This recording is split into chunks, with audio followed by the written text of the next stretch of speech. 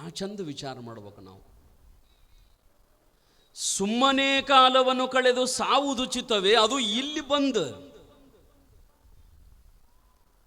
ಇಲ್ಲಿ ಬಂದೂ ನಾವು ಮನೆಯಾಗಿಂದ ಮಾತಾಡ್ತೀವಂದ್ರೆ ನಾವು ಎಷ್ಟು ಶಾಣ್ಯರು ಇರ್ಬೇಕು. ಬ್ಯಾಡ್ರಿ ಮಾತಾಡಬೇಡ್ರಿ. ಮಹಾತ್ಮರ ಮಾತುಗಳು ನಿಮ್ಮ ಅಂತಃಕರಣದಲ್ಲಿರ್ತಕ್ಕಂಥ ಆ 3 ದೋಷಗಳನ್ನು ಕಳೀತಾವೆ. ಮಹಾತ್ಮರ ಮಾತಿನೊಳಗೆ, ಮಹಾತ್ಮರ ಉಪದೇಶಾಮೃತದೊಳಗೆ ಅಂತಹ ಶಕ್ತಿ ಇರ್ತದ. ಸ್ವಲ್ಪ ಎಲ್ಲ ಮರೀರಿ, ಸ್ವಲ್ಪ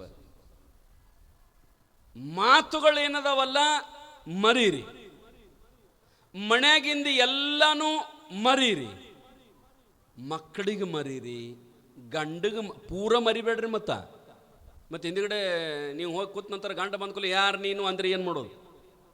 ಪೂರ ಮರ್ಯಾದೆ. ಇಲ್ಲಿ ಕೂತಾಗ ಯಾವುದು ನೆನಪು ಬೇಡ್ರಿ. ಗಂಡ ಬೇಡ, ಮಕ್ಕಳು ಬೇಡ, ಹೊಲ ಬೇಡ, ಮನಿ ಬೇಡ. ಮತ್ತು ಏನು ಅಂತಂದ್ರೆ ಹೇ ಪರಮಾತ್ಮ, ಹೇ ಪಾಂಡುರಂಗ, ಹೇ ಸದ್ಗುರುನಾಥ, ನಮ್ಮ ಜನ್ಮವನ್ನು ಸಾರ್ಥಕತೆ ಮಾಡಪ್ಪ. ನಾವು ಈ ಭೂಮಿಗೆ ಬಂದದ್ದು ಎದಕ್ಕಂತೀರಿ? ಭಗವಂತನ ಸ್ಮರಣೆಯನ್ನು ಮಾಡಲಿಕ್ಕೆ ಬಂದಿದ್ದೇವೆ. ಮಹಾತ್ಮರ ಚರಿತ್ರೆಯನ್ನು ಕೇಳಿ ಅವರು ಬದುಕಿದ ಮಾರ್ಗವನ್ನು ಅನುಸರಿಸಲಿಕ್ಕೆ ನಾವು ಬಂದೀವಿ. ಬರೀ ಗಂಡ, ಬರೀ ಹೆಂಡತಿ, ಬರೀ ಮಕ್ಕಳು ಅದನ್ನಷ್ಟೇ ಮಾಡಲಿಕ್ಕೆ ನಾವಿಲ್ಲಿ ಬಂದಿಲ್ಲ. ಒಂದು ವೇಳೆ ಅದನ್ನ ಅಷ್ಟ ಮಾಡೋದಿತ್ತಂದ್ರ ನಾಯಿನರಿ ಹಂದಿನೂ ಮಾಡ್ತಾವ್ರಿ. ಅದನ್ನ ನಮಗೆ ಚಂದ ಮಕ್ಕಳು ಹಡಿತಾವ. ನಾವು ಸರ್ತಿಗೆ ಒಂದೊಂದು ಹಡಿದ್ರೆ ಅವು ಸರ್ತಿಗೆ 8 ಹಡಿತಾವ. ಅವು ಚಂದ ಮನಿ ಕಟ್ಕೋತಾವ, ಅವಕ್ಕೆ ಬೇಕಾದಂಗ. ವ್ಯತ್ಯಾಸ ಏನದ? ಬದುಕಿಗೆ ವ್ಯತ್ಯಾಸ ಬೇಕಲ್ರಿ ತಾಯಂದಿರ. ಈ ಬದುಕಿನ ಬದಲಾವಣೆ ಮಾಡಿಕೊಳ್ಳಬೇಕಲ್ಲ. ಪೂಜ್ಯ ಅಪ್ಪಾಜಿಯವರು ಇಷ್ಟೆಲ್ಲ ಖರ್ಚು ಮಾಡಿ ಎದುರ ಸಲುವಾಗಿದೆಲ್ಲ ಲಕ್ಷ್ಯ ಕೊಡ್ರಿ. ನೀವು ಒಂದು ವೇಳೆ ಸಹಕಾರ ಕೊಡಲಿಲ್ಲ ಅಂತಂದ್ರೆ ಮುಂದೊಂದು ದಿನ ಇಂತಹ ಕಾರ್ಯಕ್ರಮಗಳು ನಿಲ್ಲೋ ಪರಿಸ್ಥಿತಿ ಬರ್ತದ. ಅರೆ ನಾಡಿನಾದ್ಯಂತ, ದೇಶದಾದ್ಯಂತ 10 ಲಕ್ಷ ಖರ್ಚು ಮಾಡಿ ದೊಡ್ಡ ಪೆಂಡಾಲ, ದೊಡ್ಡ ವೇದಿಕೆ, ಮಹಾತ್ಮರನ್ನ ಕರೆಸಿ, ಪ್ರವಚನಕಾರನ್ನ ಕರೆಸಿ ಇಷ್ಟೆಲ್ಲ ಮಾಡಿಸಿದರೂ ಈ ದೇಶದೊಳಗೆ ಇನ್ನೂ ಅತ್ಯಾಚಾರ ನಿಂತಿಲ್ಲ, ಅನ್ಯಾಯ ನಿಂತಿಲ್ಲ, ಅಧರ್ಮ ನಿಂತಿಲ್ಲ, ತಂದೆ ತಾಯಿಗಳನ್ನು ಹೊಡೆದು ಬಡದು ಹೊರಗೆ ಹಾಕೋದು ನಿಂತಿಲ್ಲ. ಮತ್ತು ನೀವೆಲ್ಲ ಕಾರ್ಯಕ್ರಮಗಳ ನಿಂತರ ನಿಮ್ಮ ಪರಿಸ್ಥಿತಿ ಏನಾಗುತ್ತದ ಅನ್ನೋದನ್ನು ನೀವೇ ಅರ್ಥ ಮಾಡ್ಕೋರಿ ತಾಯಂದಿರಾ, ಅರ್ಥ ಮಾಡ್ಕೋರಿ. ಅದಕ್ಕನೇ ಬದುಕಿನ ಬದಲಾವಣೆ ಆಗಬೇಕು. ನೀವೆಲ್ಲ ಮಹಾತ್ಮರ ಚರಿತಾಮೃತವನ್ನು ಕೇಳಿ ಬದಲಾಗಬೇಕು. ನೀವು ಹಂಗೆ ಬದಲಾಗವ್ರಲ್ಲ, TV ನೋಡಿ, ಧಾರಾವಾಹಿ ನೋಡಿ ಬದಲಾಗವ್ರು ನೀವು. ಆಕಿ ಎಂಥ ಸೀರೆ ಉಟ್ಟಾಳ, ಎಂಥ ಚಪ್ಪಲ್ ಹಾಕೊಂಡಾಳ, ಎಂಥ ಟಿಕ್ಳಿ ಹಚ್ಚಾಳ,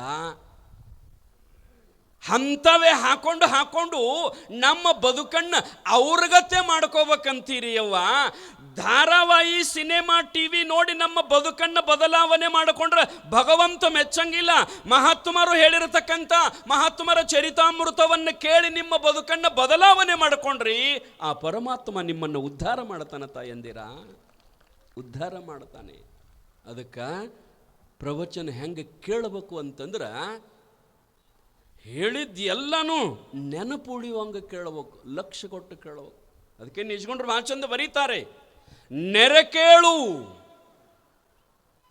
ಕೇಳ್ದುದನ್ನು ಅರಿದುದನ್ನೊಮ್ಮೆ ಮರೆಯದಿರು, ಗುರು ಪೇಳ್ದ ತೆರದೊಳು. ನೋಡ್ರಿ, ಕೇಳುವುದಿತ್ತು ಚಂದ ಕೇಳು ಕುಂತ, ಇಲ್ಲಾಂದ್ರೆ ಸುಮ್ಮನೆ ಎದ್ದು ಮಣಿಗೆ ಹೋಗು. ಮತ್ತು ಮಾಡೋದೇನದ ರೀ? ಇಲ್ಲಿ ಬಂದು ಲಾಭ ತಗೋಲಿಲ್ಲ, ಇಲ್ಲಿ ಬಂದು ಚಂದ ಕೇಳಲಿಲ್ಲ ಅಂತಂದ್ರೆ ಟೈಮ್ ಪಾಸ್ ಅಲ್ರಿ, ಸುಮ್ಮನೆ ವ್ಯರ್ಥ. ಮನ್ಯಾಗ ಮಾಡಿದ್ರೆ ಕೆಲಸರಾಗತ್ತಾವ. ಹುಡುಗನ ಸಾಲಿಗೆ ಎದಕ್ಕೆ ಕಳಿಸ್ಬೇಕು? ಚಂದ ಸಾಲಿಯೊಳಗೆ ಅಭ್ಯಾಸ ಮಾಡಿ, ಪರ್ಸಂಟೇಜ್ ಮಾಡಿ ನಾಡಿಗೆ ನಂಬರ್ 1 ಬರ್ಬೇಕಂತ ಅವನು ಕಳಿಸ್ಬೇಕು ಸಾಲಿಗೆ. ಮತ್ತು ಅವ ಸಾಲಿಗೆ ಹೋಗಿ ಅದನ್ನು ಕಲೀಲಾರದ ಹಾಸ್ಟೆಲ್ದಾಗ ಇದ್ದುಕೊಂಡು ಕ್ಯಾಂಟೀನ್ಗೆ ಹೋಗಿ ಮೊಬೈಲ್ ನೋಡಿ ಮತ್ತೆ ಏನೇನೋ ಮಾಡ್ತಿದ್ದ ಅಂದ್ರೆ ಅವನಲ್ಲಿಡಬಾರದು. ಸರಳ ತಂದು ಸನಿಕೆ ಕೊಟ್ಟು ಹೊಲದಾಗ ಹಚ್ಬೇಕು ಆ ಮಗಣ್ಣ. ಬೇಕಲ್ಲ ಕೆಲಸ. ನಾವು ಏನು ಮಾಡ್ತೀವಲ್ಲ ಅದನ್ನು ಚಂದ ಮಾಡಬೇಕು, ಚಂದ ಮಾಡಬೇಕು. ನೆರೆ ಕೇಳು, ಚೆನ್ನಾಗಿ ಕೇಳು. ಕೇಳುದಿತ್ತಂದ್ರ ಕೇಳ್ದುದನ್ನು ಅರಿ. ಏನು ಕೇಳಿರಲ್ಲ ಅದನ್ನು ಸ್ವಲ್ಪ ತಿಳ್ಕೋರಿ, ಏನು ಹೇಳಿದ್ರು ಅನ್ನೋದನ್ನು. ಆ ರೀತಿಯೊಳಗೆ ಚಂದ ಕೇಳಬೇಕು, ಚಂದ ಸಂಸಾರ ಮಾಡಬೇಕು. ಕೇವಲ ಸಂಸಾರ ಅಷ್ಟೇ ಅಲ್ಲ, ನಿಜಗೊಂಡ್ರೆ ಬಾ ಚಂದ ಬರೀತಾರೆ ನೋಡ್ರಿ ಹೆಂಗೆ ಬದುಕಬೇಕಂತೇಳಿ ಬದುಕನ್ನು ಕಲಿಸ್ತಾರೆ. ಜಾನನು ಲೌಕಿಕ ಪರಮಾರ್ಥವೆರಡನು ಕೂಡಿ ನಡೆಸುತ್ತಿಹ ನಿಂತು. ಶಾನೆ ಅಂತ ಯಾರಿಗಂತಾರ್ರಿ? ನಿಮ್ಮ ಕಡೆ ಯಾರಿಗೆ ಶಾನೆ ಅಂತಾರ್ರಿ? ಶಾಣೆ ಅಂತ ಯಾರಿಗಂತಾರ್ರಿ? ಭಾಳಷ್ಟು ಸಾಲಿ ಕಲ್ತವಂಗ್ರಿ, ಡಬಲ್ ಡಿಗ್ರಿ ಮಾಡಿದವಂಗ, MA PhD ಮಾಡಿದವಂಗ ಭಾಳ ಶಾಣೆ ಅಂತೀವ್ರಿ ನಾವು. ಅದರಾಗ ಭಾಳ ಶಾಣೆ ಅದಾನ, ಜೀವನದಾಗ ಫೇಲ್ ಆಗ್ಯಾನ, ಚಂದ ಬಾಳೆ ಮಾಡೋಕೆ ಬರಂಗಿಲ್ಲ, ತೊಗೊಂಡು ಏನು ಮಾಡೋದು ಅಂತ ಶಾಣೆ ಅವ. ಶಾಣೆ ಅಂತ ಒಬ್ಬ ಹೆಣ್ಮಗಳಿಗೆ ಕೇಳಿದ್ರು. ಇಬ್ಬರು ಹೆಣ್ಮಗಳು ಮಾತಾಡ್ಕೊತ ನಿಂತಾಗ ಆಕೆ ಹೇಳಿದ್ಲು, ನನ್ನ ಗಂಡ ಭಾಳ ಶಾಣೆ ಅದಾನ ಅಂದ್ಲಕ್ಕಿ. ನನ್ನ ಗಂಡ ಭಾಳ ಶಾಣೆ ಅದಾನ. ಆಕೆ ಅಂದ್ಲು, ಅಂಥ ಶಾಣೆತನ ಏನದ ನಿನ್ನ ಗಂಡನಲ್ಲಿ? ಏನು ಮಾಡ್ಯಾನ ಅಂಥ ಶಾಣೆತನ ಅಂತ ಕೇಳಿದಾಗ ಆಕೆ ಹೇಳ್ತಾಳ, ನನ್ನ ಗಂಡ ಎಷ್ಟು ಶಾಣೆ ಅದಾನಂದ್ರೆ, ಎಷ್ಟು ಸಾಲಿ ಕಲ್ತಾನಂದ್ರೆ, ನನ್ನ ಗಂಡ ಒಂದು ಪೇಜ್ ತಗೊಂಡು, ಒಂದು ಪೆನ್ನು ತಗೊಂಡು ಬುಕ್ನೊಳಗೆ ಒಂದು ಪೇಜ್ ಏನಾರ ಬರದ ಅಂತಂದ್ರೆ ಅದನ್ನು ಓದಾಕ ಮಂದಿಗೆ ಕೊಟ್ರೆ ಯಾರಿಗೂ ತಿಳಿಯಂಗಿಲ್ಲ. ಹೊಳ್ಳೆ ಅವನ ಕೈಯಾಗನ ತಂದು ಕೊಟ್ರೆ ಮಾತ್ರ ತಿಳಿತದ, ಇನ್ಯಾರಿಗೂ ತಿಳಿಯಂಗಿಲ್ಲ. ಅಟ ಶಾಣೆ ಅದ ನನ್ನ ಗಂಡ ಅನ್ಲಕ್ಕಿ. ಇನ್ನೊಬ್ಬಕ್ಕೆ ಅಂದಳು, ನಿನಕಿಂತ ನನ್ನ ಗಂಡ ಶಾಣೆ ಅದಾನ. ಹೆಂಗ ಅಂತಂದಾಗ, ನಿನ್ನ ಗಂಡ ಒಮ್ಮೆ ಬರೆದು ಬಿಟ್ಟ ಅಂದ್ರೆ ಜಗತ್ತಿನೊಳಗೆ ಯಾರಿಗೂ ತಿಳಿಯಂಗಿಲ್ಲ, ಹೊಳ್ಳೆ ಅವಂಗಾರ ತಿಳಿತದ. ನನ್ನ ಗಂಡಂದು ಹಂಗಿಲ್ಲ, ತಂದು ಕೊಟ್ರೆ ಹೊಳ್ಳೆ ಅವಂಗೂ ತಿಳಿಯಂಗಿಲ್ಲ. ಅದು ಇಟ್ಟು ಶಾಣೆ ಅದ ನನ್ನ ಗಂಡ. ಏನು ಮಾಡಿದ್ರಿ? ಇಂಥ ಶಾಣೆ ತಂದು ತಗೊಂಡ. ಶರಣರು ಹೇಳ್ತಾರೆ ನೋಡ್ರಿ, ಯಾರಿಗೆ ಶಾಣೆ ಅಂತಾರೆ ಶರಣರು? ಆತ ಜಾನನು ಜಾನನು ಜಾನನು ಆತ ಜಾನನು, ಜವನ ಬಾಯಲಿ ಬಾಲವ ಕೊಯ್ದು ಹೋದಾತ ಜಾನ ನೋಡ. ಜವನ ಬಾಯಲಿ ಬಾಲವ ಕೊಯ್ದು ಅಂದ್ರೇನು? ಈ ಸಂಸಾರದಿಂದ ಭವಸಾಗರದಿಂದ ಪಾರಾಗಿ ಮುಕ್ತನಾಗಿ ಹೋದಂತದರ ಅರ್ಥ. ಯಮನ ಬಾಯಾಗ ಬಾಲಟ್ಟ ಸಿಕ್ತು, ಪೂರ ಪಾರಾಗ್ಯಾನವ.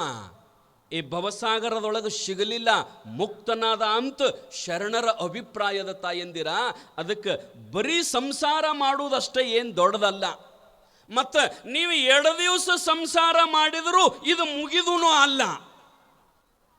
ಇದು ಎಷ್ಟು ವರ್ಷ ಸಂಸಾರ ಮಾಡಿದರೂ ಮುಗಿಯಂಗಿಲ್ಲ.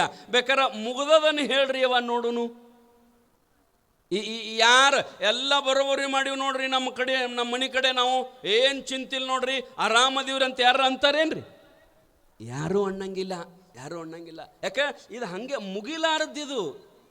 ಈಗ ನೀವು ಇಬ್ಬಿಬ್ರು ಗಂಡ ಹೆಂಡತಿ ಅದಿರಿಲ್ರಿ, ಗಂಡ ಹೆಂಡತಿ ಅದಿರಿಲ್ಲ. ಹಾಂ, ಮತ್ತು ನೀವು ಗಂಡ ಹೆಂಡತಿ ಆಗೋಕ್ಕಿಂತ ಮೊದಲು ನಿಮ್ಮ ಮನ್ಯಾಗ ನಿಮ್ಮ ಅಪ್ಪ ಅವ್ವ ಗಂಡ ಹೆಂಡತಿ ಇದ್ರಿಲ್ರಿ? ಅವರು ನಿಮ್ಮ ಅಪ್ಪ ಅವ್ವ ಗಂಡ ಹೆಂಡತಿ ಇರೋಕ್ಕಿಂತ ಮೊದಲು ಅವ್ರವ್ವ ಅಪ್ಪ ಗಂಡ ಹೆಂಡತಿ ಇದ್ರಿಲ್ರಿ? ಇದು ಹಿಂಗೆ ಇದು ಹೋಗುದನ. ಇದು ಮುಗಿಲಾರದ ಕತಿ ಅಂತ, ಮುಗಿಲಾರದ ಕತಿ. ಒಬ್ಬ ರಾಜ ಹೇಳಿದಂತ, ಒಟ್ಟು ನಮಗೆ ಕತಿ ಹೇಳೋರು ಬೇಕ್ರಿ, ಒಟ್ಟು ಮುಗಿದಿರಬಾರ್ದು. ಅದು ಒಟ್ಟು ಮುಗಿಲಾರದ ಕತಿ ಯಾರು ಹೇಳ್ತಾರಲ್ಲ ಅವರಿಗೆ ನಾವು ಬಂಗಾರದ ಪದಕವನ್ನು ಕೊಡ್ತೀವಂತ ಅನೌನ್ಸ್ ಮಾಡಿದಾಗ ಹಂಗೆ ಪಂಡಿತರು ಬರ್ತಿದ್ರು, ಕತಿ ಹೇಳ್ತಿದ್ರು. ಅವು ಮತ್ತು ಕತಿ ಒಂದು ದಿವಸ ಆಗುವರ್ಲೆ, ಮುಗಿಲಾರದ ಕತಿ ಹೆಂಗೆ ಹೇಳ್ಬೇಕು ಅವರು? ಒಂದು ವರ್ಷ ತಿಂಗಳು 2 ತಿಂಗಳು ಹೇಳಿದ್ರು ಮುಗಿದ್ರಿ ಕತಿ ಹೋಗಂಗಾರ ಬಹುಮಾನ ಇಲ್ಲ. ಒಟ್ಟು ಕತಿ ಮುಗಿಬಾರದು. ಒಂದು 100 ಮಂದಿ ಪಂಡಿತರು ಹೊಳ್ಳಿ ಅದು ಬಹುಮಾನ ಸಿಗಲಿಲ್ಲ. ಒಬ್ಬ ಪಂಡಿತ ಹೊಳ್ಳಿ ಹೋಗುವಾಗ ಒಬ್ಬ ಎಮ್ಮಿ ಬಿಟ್ಕೊಂಡು ಹೊಂಟಿದ್ರಿ, ರೈತ ಮನುಷ್ಯ ಎಮ್ಮಿ ಬಿಟ್ಕೊಂಡು ಹೊಂಟಿದ್ದ. ಅವ ಅಂದ, ಯಾಕ್ರಿ ರಾಜನ ಮನೆಗೆ ಇಟ್ಟು ಮಂದಿ ಎಡ್ತಾಕ್ತಿರಲ್ಲ,